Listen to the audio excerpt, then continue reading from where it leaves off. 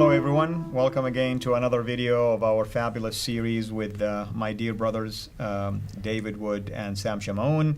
And if you've been really following the previous videos, you would know that we have titled this particular series Scripture Twisting 101 intentionally, because we've been talking about verses that our friends, Muslim friends, tend to take out of context for whatever reason, sometimes just to try to prove a theology that Muslims want to be convinced about, that, for instance, Muhammad is in the Bible, or the Bible is corrupt, and sometimes to try to prove to us that Jesus is not divine, and so on and so forth.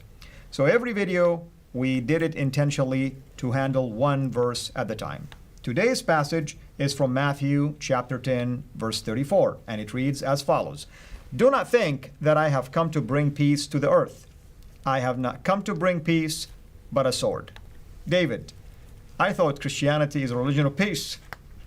Yeah, well, you have an interesting situation in the world. We have terrorist attacks pretty regularly going on in the world, and there doesn't seem to be an end to it. And so, naturally, when there's a terrorist attack, you want to get to the bottom of it. You want to understand the terrorist attack. And when you start looking into Islamic terrorist attacks, you end up going back to the teachings of Muhammad. And you end up going back to the Quran. And you find the Quran ordering adherents to violently subjugate unbelievers in the name of Allah, including Jews and Christians. You find Muhammad saying that he has been commanded to fight people until they say there's no God but Allah. So we want to point to the text and say, in order to understand jihad and to really confront the ideology, we have to deal with the Islamic texts. Right. But there are lots of people who don't want us to do that, to take that route. They don't want us to take the Islamic texts. I'm not just talking about Muslims here. I'm talking about there are many non-Muslims who don't want us going that route. They think you might hurt someone's feelings, and that would be bad. So the natural inclination of many people is to say, well, there's violence in the Bible too. Right. Now, of course, there is violence in the Bible. There is violence. You have the conquest of the Canaanites and so on. You have violence in the Bible, but our claim isn't that there's violence in the Quran, right? In that sense, there's violence in any history book, right? A book on World War II would contain far more violence than you find in, let's say, the Quran. As far as the actual battles that took place, it was much larger scale. So you can't just say, well, hey, but there's violence in the Bible too.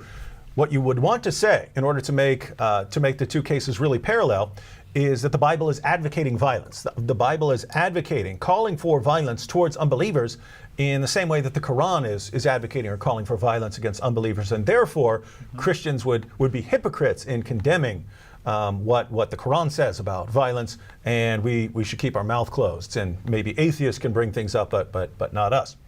Now the problem is, you can't simply turn to a command to Joshua to fight the Canaanites or something like this and say, here's what the Bible is commanding Christians today to do, because that was a command to Joshua, right? That the Mosaic covenant was tied to a piece of land and involved taking and seizing that piece of land and then maintaining that piece of land against enemies who would attack. So there was violence there.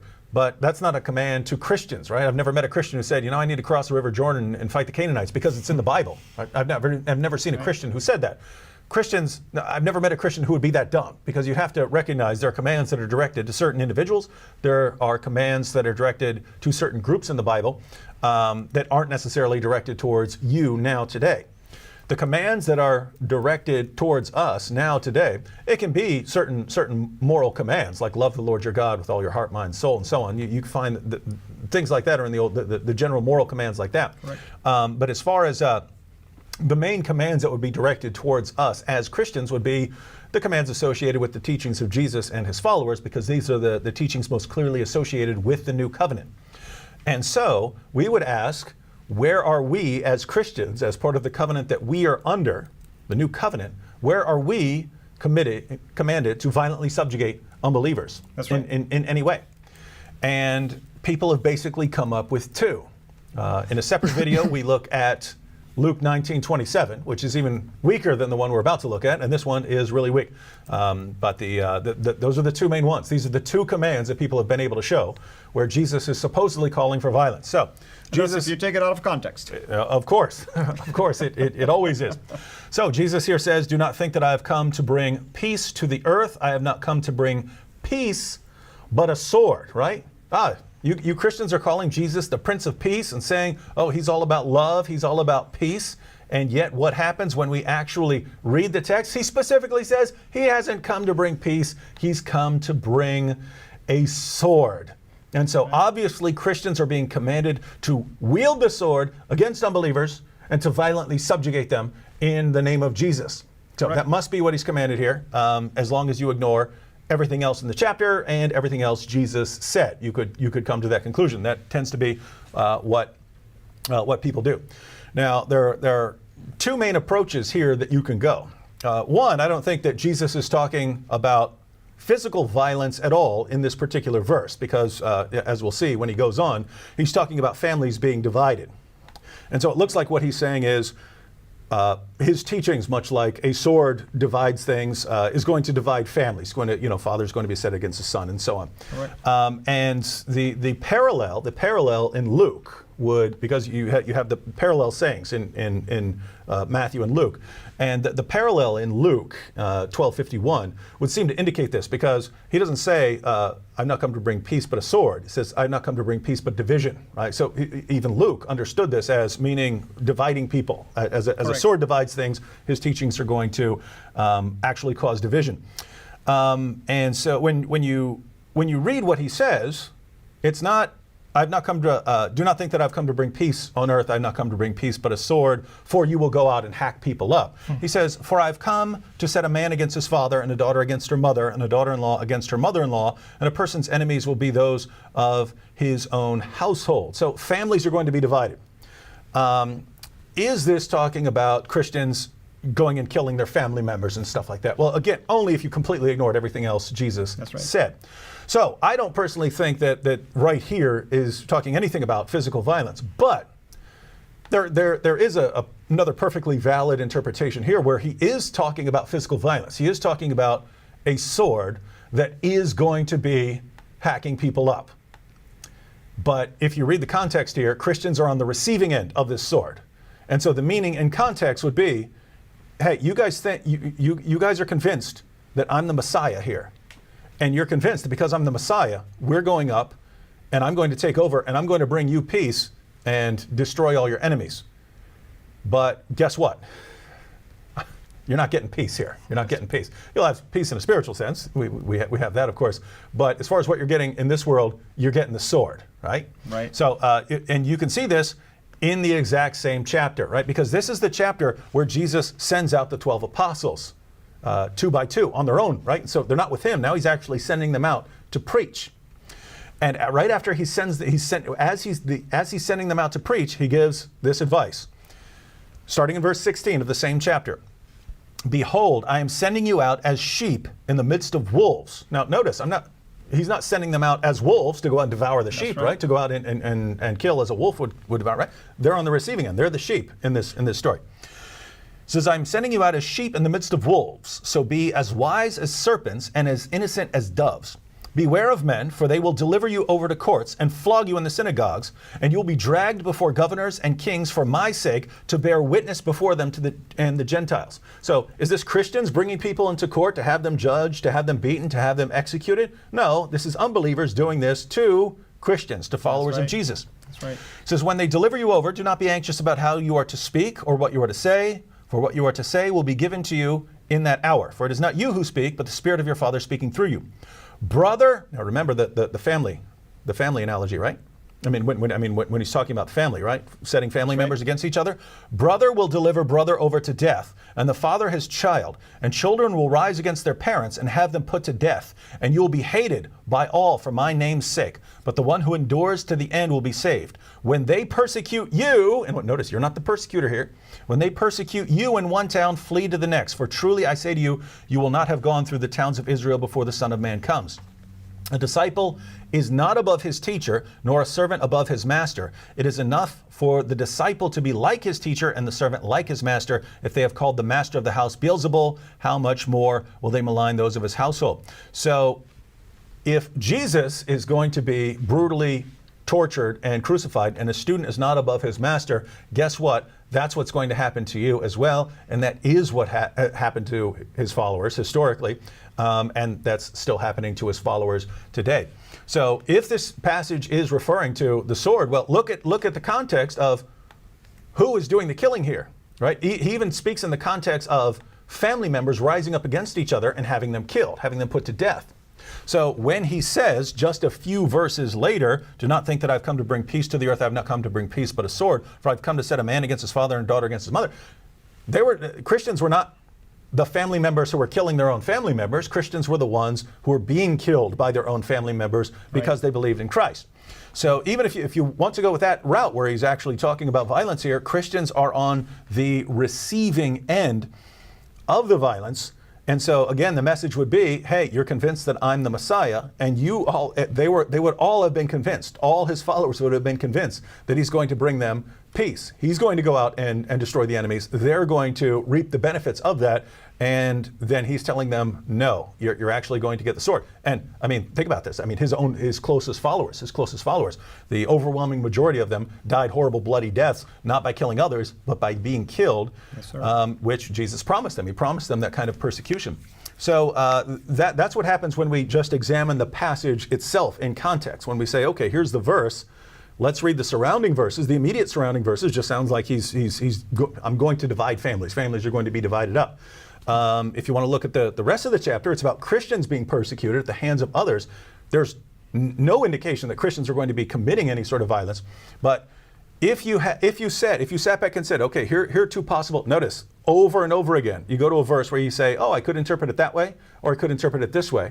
You go with the interpretation you want, instead of asking a very simple question. Well, I could interpret this verse as it stands on its own in two different ways. Let me see what else Jesus says to decide what he really means. Yep. Notice that's never how it works, right? Over and over again in the verses that Muslims use, we see this principle that you go to the ambiguous verse. A verse where you could say, Jesus said he's come to bring a sword. Well, he could mean a literal sword that his followers are going to use to hack up. You wouldn't know what he means by the verse alone.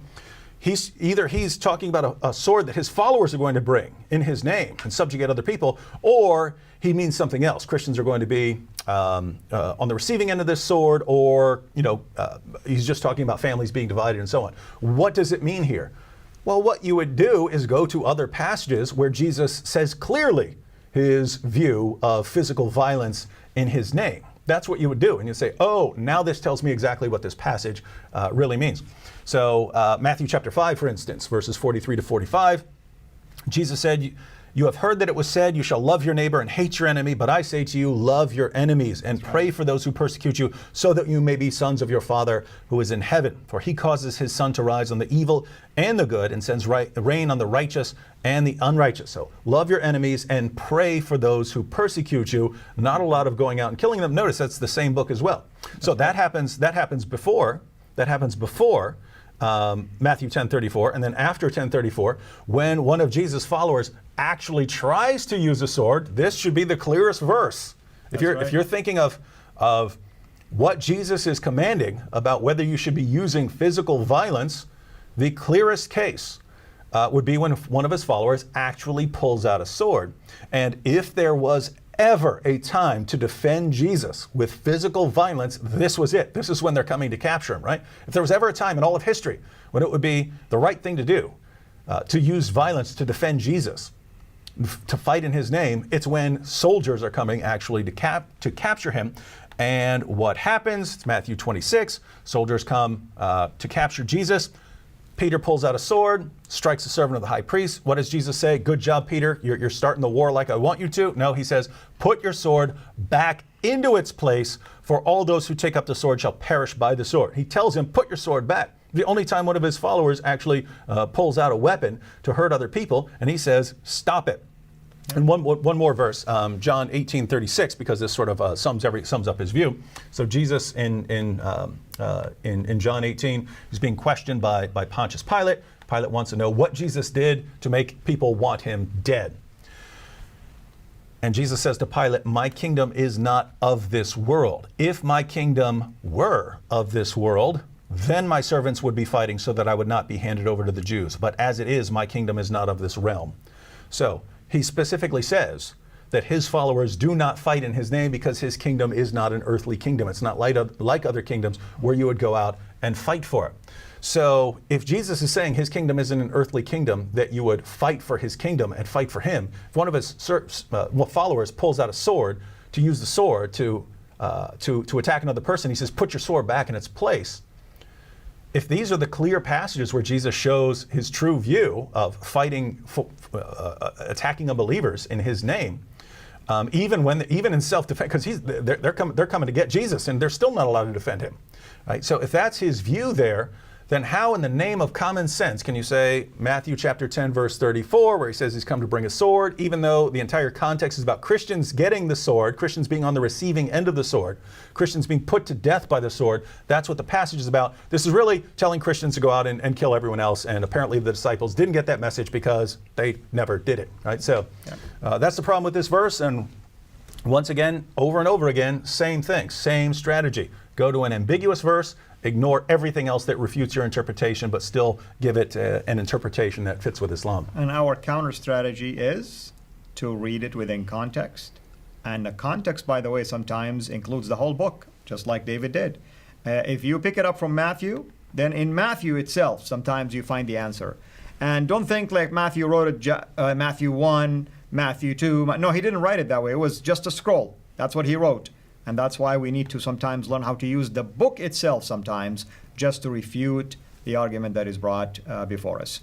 Hopefully, you'll find this strategy very helpful in your ministry. And we encourage our Muslim friends who are really seeking, maybe you're being misled. You're told this by your imam, by your friend, by somebody. Maybe you're fascinated by some of these guys that claim to be apologists.